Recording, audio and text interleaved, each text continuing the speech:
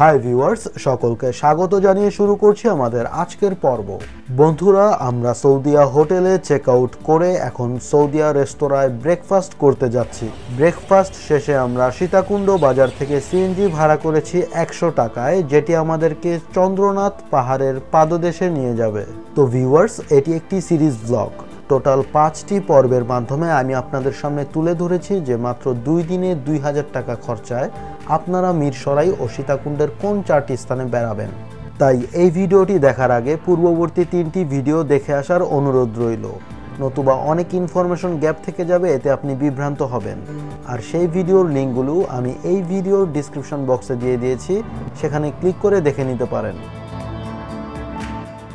Guys, আমরা চলে এসেছি। এখান থেকেই আমাদের চন্দ্রনাথ পাহাড়ের মূল ট্রেকিং শুরু হবে। আর এখানে যে দোকানটি দেখছেন, এতে আমরা আমাদের ব্যাগগুলো রেখে যাব এবং এখান থেকেই লাঠি নিয়ে নেব। এখানে ব্যাগ রাখতে হলে প্রতি ব্যাগের জন্য আপনাকে দিতে হবে 20 টাকা, আর প্রতি লাঠি কেনার জন্য আপনাকে দিতে হবে 30 টাকা। তবে হ্যাঁ, আপনি যখন পাহাড় থেকে ব্যাক করবেন তখন যদি ভালোভাবে লাঠিটি দিতে পারেন, না ভেঙে বা না নষ্ট করে, তাহলে আপনি 15 টাকা ফেরত পাবেন। তো ফাইনালি ট্রেকিং শুরু করলাম আমরা। ওই যে দেখুন, পাহাড়ের চূড়ায় মেঘমালা যেন আমাদেরকে ওয়েলকাম করছে, আর আমরাও বলছি হ্যাঁ মেঘ, তোমাকে দেখতেই আমরা আসছি। আর পাহাড়ে ওঠার আগে শরীরটা তো একটু গরম করে নিতেই হয়, কি বলুন?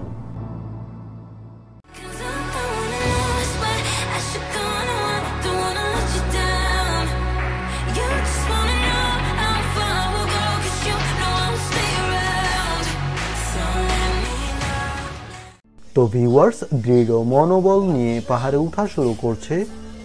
চন্দ্রনাথ পাহাড়ে প্রায় ডাকাতি বা ছিনতাইয়ের ঘটনা ঘটে, তাই ভোরে বা সকালে যখনই যান, যখন মানুষ চলাচল শুরু করবে তখন পাহাড়ে উঠবেন।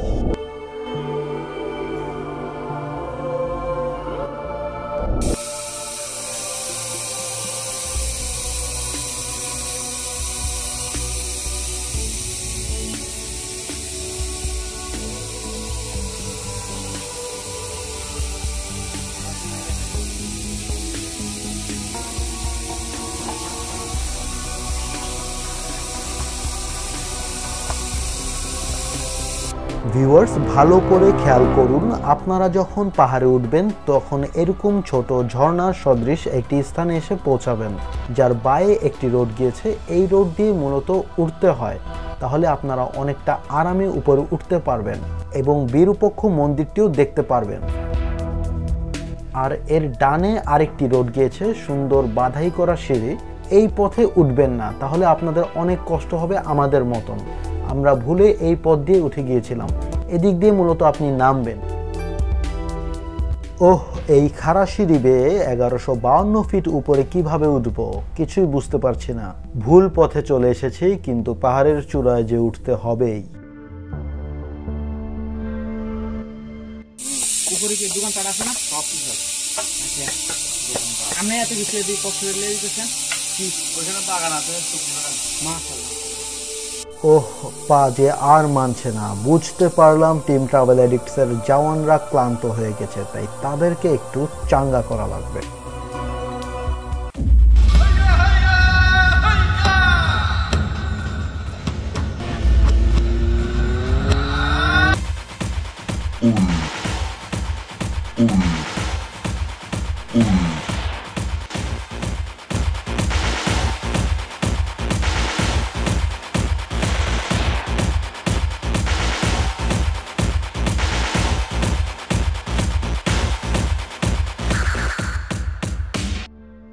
কিছুটা এনার্জি নিয়ে অবশেষে আমরা আবারও খাড়া সিঁড়ি বেয়ে উপরে উঠে চলছি। ডেঞ্জার জোন দেখে দেখে রিল্যাক্সে যাও, রিল্যাক্সে।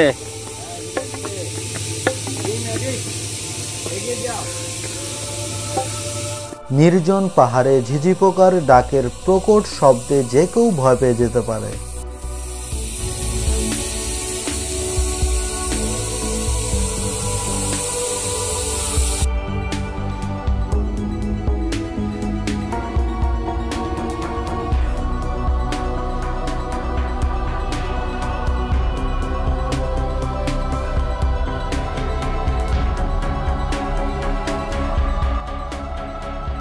আলহামদুলিল্লাহ অনেক কষ্টের পরে খাড়াসিঁড়ির পথটি অতিক্রম করে আমরা পাহাড়ি পথে প্রবেশ করলাম।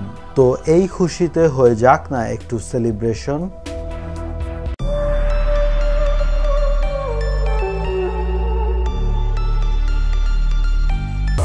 On my wrist, baby, make a wish. You could sell your Rari, but you can't afford my outfit. Versace on my wrist, baby, make a wish. You could sell your Rari, but you can't afford my outfit. Versace on my wrist, baby, make a wish. You could sell your Rari.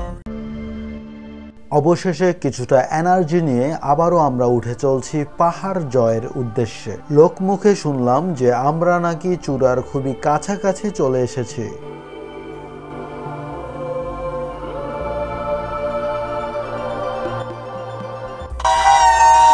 Yes viewers, অবশেষে 1.5 ঘন্টা কষ্টের পর আমরা চলে এসেছি চন্দ্রনাথ পাহাড়ের চূড়ায়। আর এই হচ্ছে চন্দ্রনাথ পাহাড়ের চূড়ায় অবস্থিত মন্দিরটি।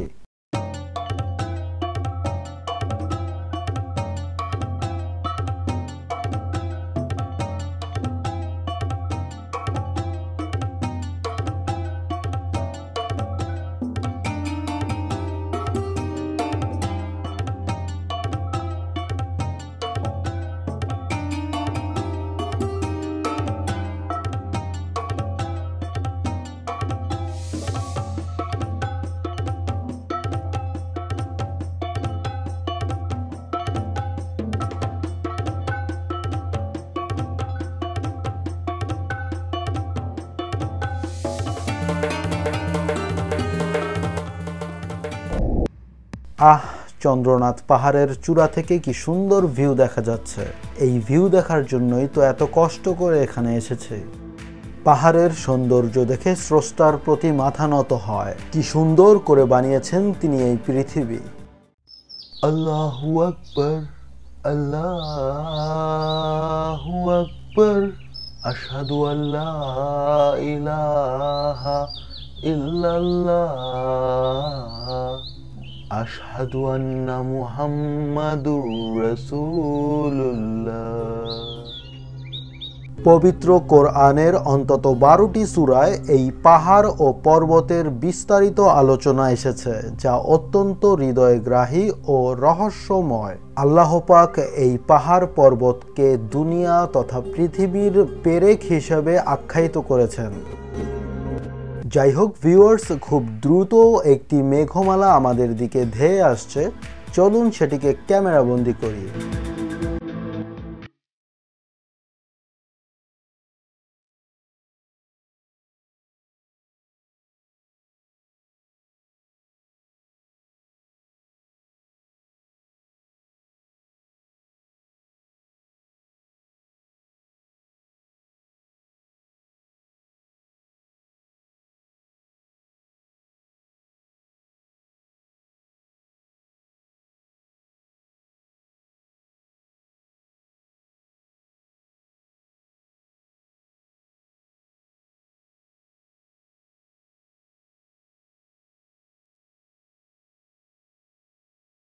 গাইস, চলুন এবার চন্দ্রনাথ পাহাড়ের চূড়াটি আপনাদের একটু ঘুরিয়ে দেখাই।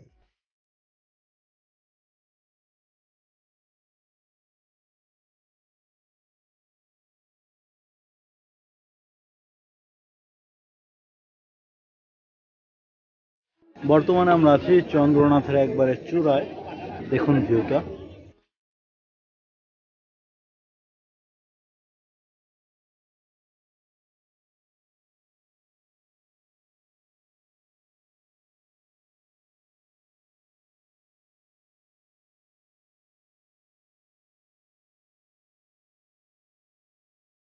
তো ভিউয়ার্স, এর আগেও আমি অনেক বান্দরবানে ট্রেকিং করেছি, কিন্তু অনেকে হয়তো বা বিলিভ করবে না, আমার লাইফের সবচেয়ে বেশি স্ট্রাগল মনে হয় আমাকে করতে হয়েছে এই মিরসরাই সীতাকুণ্ড ট্যুরে এসে। কারণ খোয়াছড়া ঝর্ণায় গতকালকে আমরা যেখানে গিয়েছিলাম মুষলধারে বৃষ্টি ছিল, সে কারণে সেটা খুবই রিস্কি ছিল। মনে মনে অনেক ভয় পাচ্ছিলাম এবং অনেক কষ্ট হয়েছে উঠতে, এত পিচ ছিল। আর আজকে ভালোই লাগছে, আজকে বৃষ্টি ছিল না অত। আমরা দেখা গেছে কষ্ট হয়েছে উঠতে, কিন্তু ওরকম রিস্ক ছিল না। গতকালকে মারাত্মক রিস্ক ছিল। এটা হচ্ছে মন্দির, চন্দ্রনাথ মন্দির।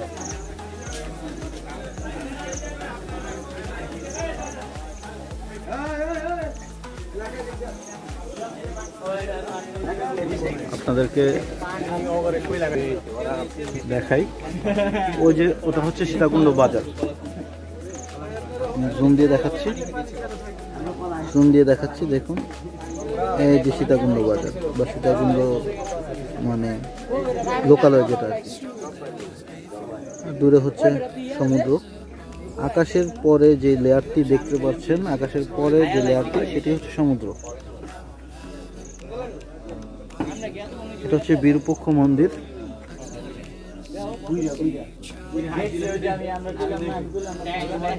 এই যে বিরূপক্ষ মন্দির, জুম দিয়ে দেখাচ্ছি।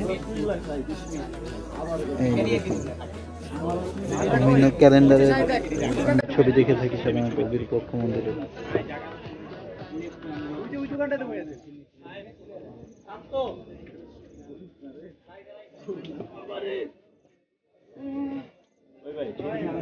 ওই দিক দিয়ে উঠতে হয় আর নামতে হয় হচ্ছে অন্য দিক দিয়ে। আমরা ভুল করে মানে যেদিক দিয়ে নামতে হবে সেদিক দিয়ে উঠে গিয়েছি।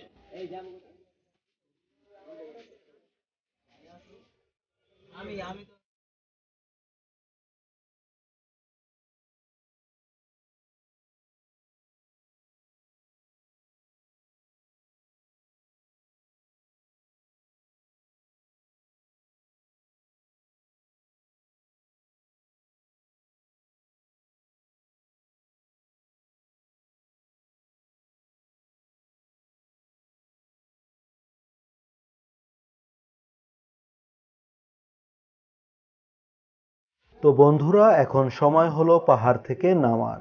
নানা প্রতিকূলতা পেরিয়ে চন্দ্রনাথ জয় করে অবশেষে আজকের অভিযানের ইতি টানল টিম ট্রাভেল অ্যাডিক্টস।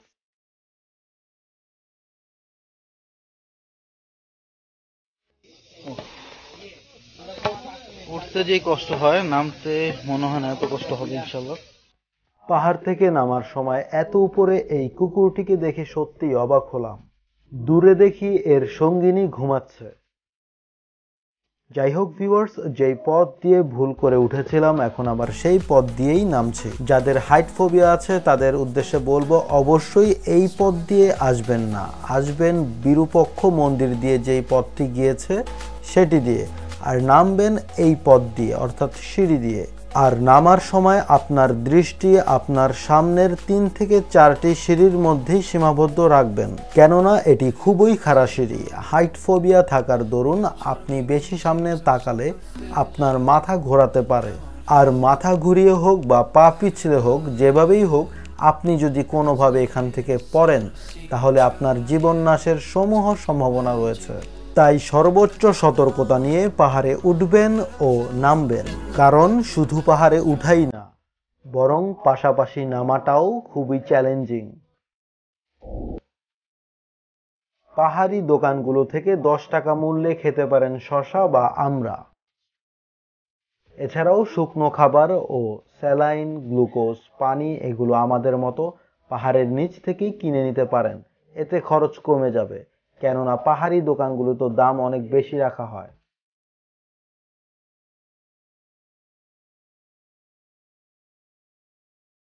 চন্দ্রনাথ পাহাড়ে উঠতে বা নামতে এর আশেপাশের চোখ ধাঁধানো সুন্দর পরিবেশ যেন আপনাকে বাড়তি এনার্জি এনে দেবে।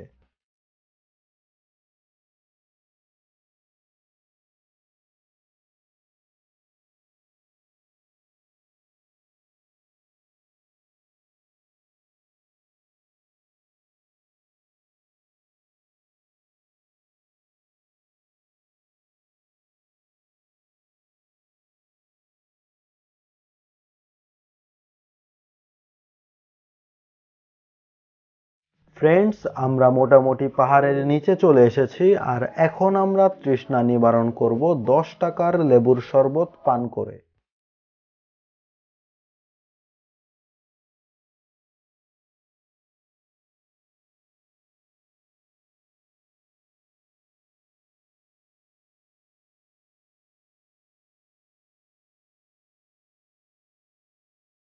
আলহামদুলিল্লাহ গাইস, আমরা নিচে চলে এসেছি এবং আমাদের যে লাঠিগুলি ভাঙেনি বা নষ্ট হয়নি সেগুলো ফেরত দিয়ে 15 টাকা ফেরত নিয়েছি। এখন আমরা 100 টাকায় সিএনজি ভাড়া করেছি, যেটি আমাদেরকে নিয়ে যাবে সীতাকুণ্ড বাজারে।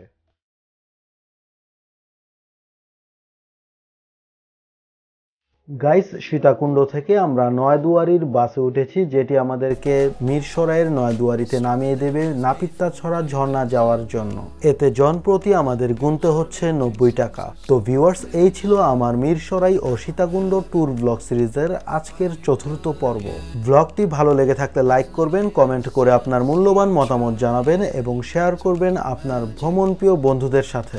দেখা হবে সামনে বৃহস্পতিবারে এই সিরিজের 5ম ও শেষ পর্ব নাপিতাছড়া ঝর্ণা নিয়ে। সে পর্যন্ত সবাই ভালো থাকবেন, সুস্থ থাকবেন। আল্লাহ হাফেজ।